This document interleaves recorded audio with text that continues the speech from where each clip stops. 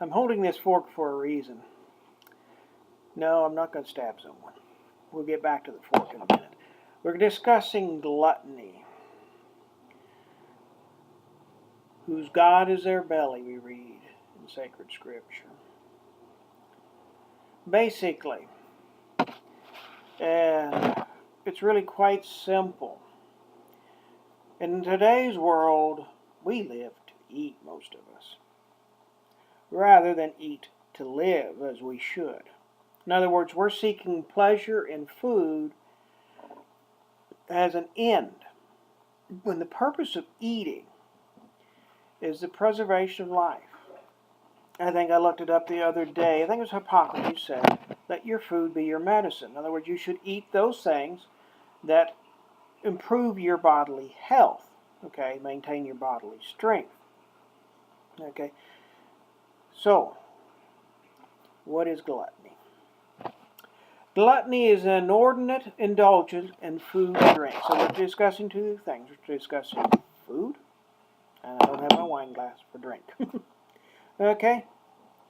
Now, the same source also quotes from Pope Pius XI, who condemned the following proposition: to eat and drink to repletion for pleasure alone is not a sin, provided no harm is done to health, for one may lawfully enjoy the acts of natural appetite. Now, he condemned this. In other words, he's saying this is wrong. Okay. We eat and we drink for our health,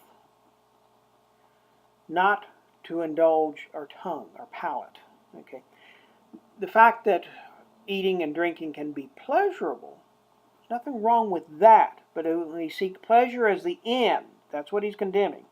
Because a natural appetite does not have the right to enjoy acts for its sole sake. In other words, I should be selecting my meals to build up the body so that I'm better able to perform my duties before God and man. Now notice it said, provide no harm is done to health. And that's an important point here. Part of gluttony is eating something that injures health. Okay? And that's a lot easier to do today than it was a half century ago, a century ago, especially 2, 3, 4 centuries ago. And they were warning against it then. St. Alphonsus warns against it. I know. Okay. As the Kierkegaard tells us, intemperance and debauchery are the support of doctors. That lets them live and gives them a great deal of practice. Okay, why do I need to go to the doctor? Often, it is because I've eaten things I should not. Okay? Why do I need to take medicines? Because I've eaten things I should not. And if we're honest with ourselves, a lot of times we already know which things set us off. But shoot, that bowl of ice cream is just so tasty. I gotta have it. Okay? Well, when you have sinus trouble like I do, you shouldn't have that bowl of ice cream. You know it. Okay? Because if you have too many of them, you're back to the doctor for another prescription of the sinus pills. Okay? Not that there's anything wrong with ice cream, but if it causes me health problems, I should avoid it. And there are many things out there in the grocery store which should not be labeled as food. Okay? They're called junk food at best. Junk they are, food they aren't. Okay? There are better things to eat. And ironically, we can actually eat better and cheaper if we use our head here. Okay? You can get a grinder and grind your own wheat for wheat cereal. Very healthy for you. And if you can find wheat in places I can out here in the grain belt, it's awful cheap too. So, eating right doesn't have to be expensive. Here's something from St. Catherine of Siena. I'm just going over my notes and just kind of rambling, I'm afraid.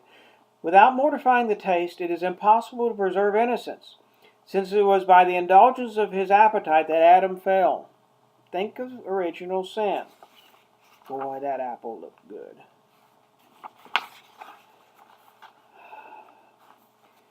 St. Paul says, 1 Corinthians 10:31, therefore whether you eat or drink, or whatsoever else you do, do all to the glory of God. So our eating and our drinking and everything is ordered to the glory of God. If we keep that in mind, we won't be gluttonous. I mean, Curry of ours wrote a lot on gluttony. I mean, I've got lots of things here. Basically, we need to eat rather than need to live. Count Flavigny discusses what is called greediness. All right, now back to the fork. All right. How many of us eat like that?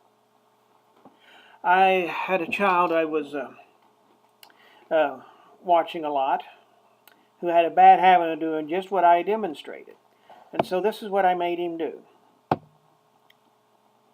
Put his fork down, pick his hand up, pick his hand down, pick his fork up to slow down.